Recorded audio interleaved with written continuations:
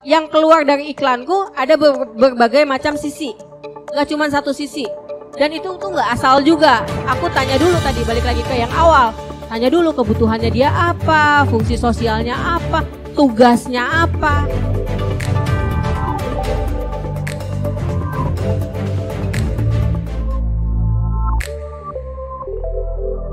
Ya, boleh? Monggo Mas.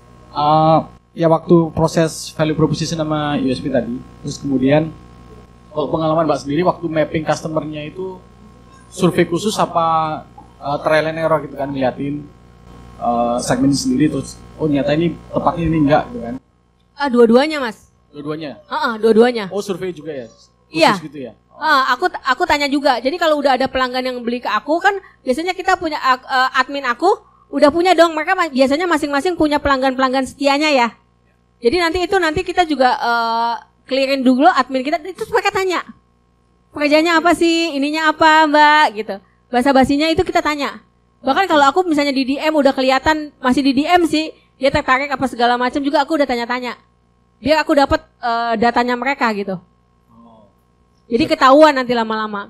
Oh, saya pikir pakai kayak pihak ketiga yang ngelakuin riset khusus itu enggak ya? Kita enggak ya? Enggak. Kita enggak sampai sejauh itu. Agensi atau enggak ya? Oke. Tapi kalau misalnya bisa itu enggak apa-apa, malah bagus banget. Ada yang apa? Tapi kalau aku enggak, aku belum. Ya. Assalamualaikum warahmatullahi. Nama saya Mokhtar. Usahanya saat ini membuat aksesoris casing custom. Oke. Untuk handphone ya? Ya. Masalah segmen pelanggan. Kebetulan niche saya itu lebih general. Jadi ada beberapa teman itu yang niche-nya spesifik. Ada spesifik kartun atau spesifik di anime atau gimana.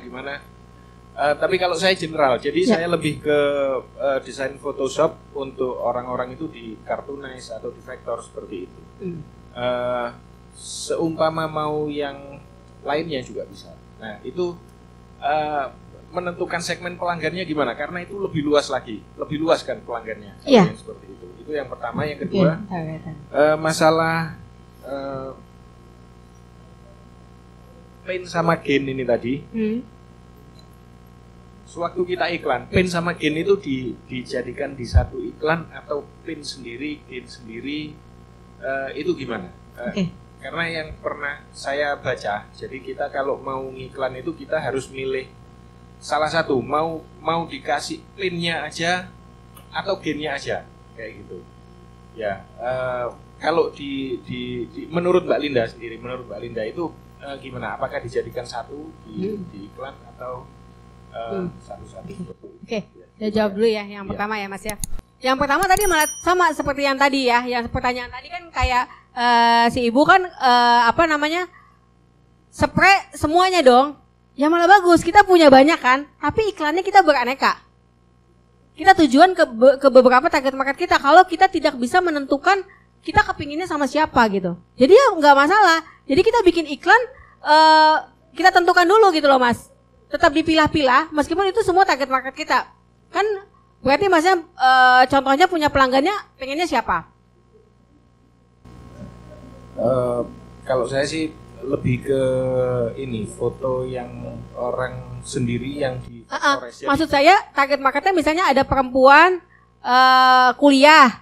Nah, berarti kita nanti bikin iklannya untuk perempuan kuliah. Terus nanti ada lagi Mas, oh enggak, aku punya buat ini bisa kok anak-anak sekarang udah pegang handphone. Gitu misalnya seperti itu ya contohnya. Ya kita bikin iklan untuk anak-anak gitu loh Mas. Jadi iklannya justru lebih banyak, tapi yang aku bilang kita bukan satu iklan untuk semua. Paham ya? Jadi malah kita bisa, kita tentukan dulu target. Karena kan beda-beda. Anak kecil kesakitannya, keinginannya beda dong dengan orang dewasa. Anak kecil dia kesakitannya apa? Dia kepinginnya handphonenya terlihatnya lucu atau apa gitu. Berarti kan yang kita tampilkan adalah ketika kita bisa memberikan itu. Seandainya itu target market kita. Karena kan Mas bilangnya banyak ya, jadi banyak ya. Kita tentukan, ini siapa nih gitu. Boleh atau enggak? Ya kalau saya bilang boleh gitu. Tapi kita tentukan iklannya masing-masing menuju ke target kita masing-masing. Nanti dari situ Mas akan ketemu yang mana yang paling laris, yang mana yang paling menentukan. Baru kita bermainnya di situ, itu boleh. Tapi ternyata sama nih semuanya, ya udah hajar aja semuanya. Tapi dengan iklan yang berbeda-beda. Karena tiap iklan atau tiap tahapan yang kita tuju kan kesakitannya, painnya, gennya beda.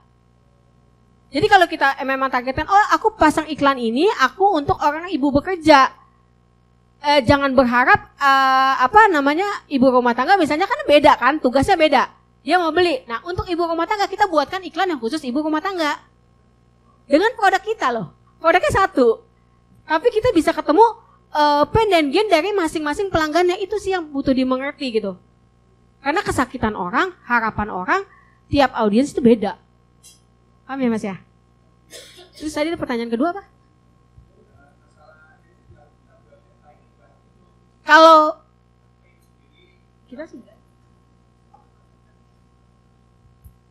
kita sih biasanya satu-satu juga sih Mas.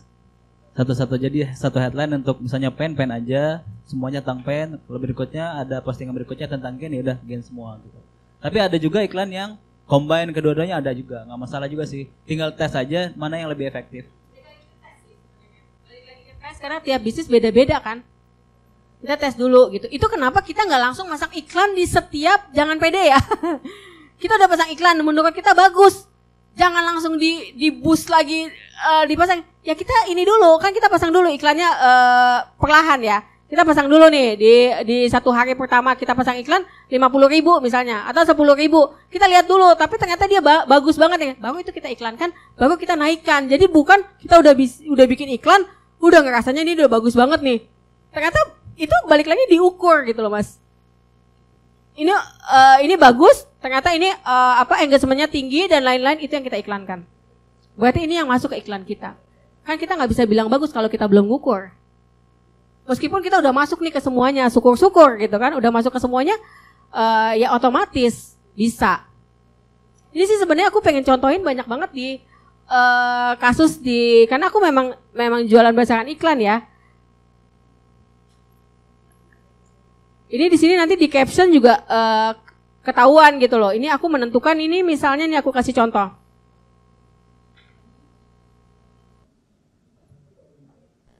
Gini, aku di sini. Nah, oke. Ini Assalamualaikum Beb, mau sampai kapan bekal anak-anak dan suami beli melulu? Ini sebenarnya udah masuk ke dalam materi iklan aku ya. Tahu-tahu anak-anak udah gede aja, terus apa dong yang diingat anak kamu tentang masakan mamanya? Duh, kangen kue yang Ibu Esti yang biasa mama beli waktu aku kecil. Ibu Esti yang diingat bukan kita. Padahal ini aku lagi mau jualan kursus kebab. Ya, kursus kebab aku mau jual gitu. Oke. Jadi kalau kita udah menentukan kesakitan orang, itu bikin caption, bikin iklan, itu enak banget. Tinggal ngomongin aja kesakitan yang orang tuh apa. Ya, makanya ditentuin yang dari depan tadi. Ibu-ibu, ini target market aku ibu-ibu nih, aku ngomongin. Dan ini semuanya bahkan aku di awal iklan aku ingetin. Ibu-ibu aku jualnya kebab mini frozen, berarti kan adalah orang yang kepingin bikin sarapan cepat, ibu-ibu. Nah ibu-ibu itu apa sih? Dia kepinginan fungsi sosialnya yang aku tarik. Dia tuh kepengen diingat sama anaknya sebagai orang tua yang perhatian dan suka masak. Bener gak ibu-ibu? Pengen dong nanti kalau ibu-ibu udah ini diingat sama anaknya, masakan mamaku. Padahal aku mau jualnya kursus online. Jadi aku ambil kesakitan ibu-ibu gitu. Dia pingin dibilang sama suaminya kalau masakannya tuh enak, kalau kuenya tuh enak. Pengen diingat sama suaminya, gitu ya. Jadi di sini aku tampilin juga gitu. Dan diingat sama suami, duh ngebayangin ya kue Bu Esti yang biasa istriku beli, malah Ibu Estinya cakep lagi. Besok mau ketemu sama Ibu Esti, itu kan kesakitan ibu-ibu ya. Iya sialan nanti suami gue malahan ingetnya kue yang aku beli gitu. Jadi aku pengen narik ibu-ibu untuk beli kursus onlineku supaya dia bisa diingat sama anak-anaknya kalau dia itu bisa bikin cemilan enak supaya suaminya kalau lagi di kantor atau di apa ingat ketika lapar ingat masakan istrinya. Itu yang aku tarik ya. Jadi nanti kalian bikin caption juga udah enak gitu. Padahal ini iklan aku di caption ya. Karena di atasnya aku bikin videonya video teaser aja, teaser tentang kebabnya. Oke? Jadi iklan itu bisa di caption, bisa juga di videonya. Macam-macam ya. Boleh tampilin yang di mana aja. Jalannya. Terus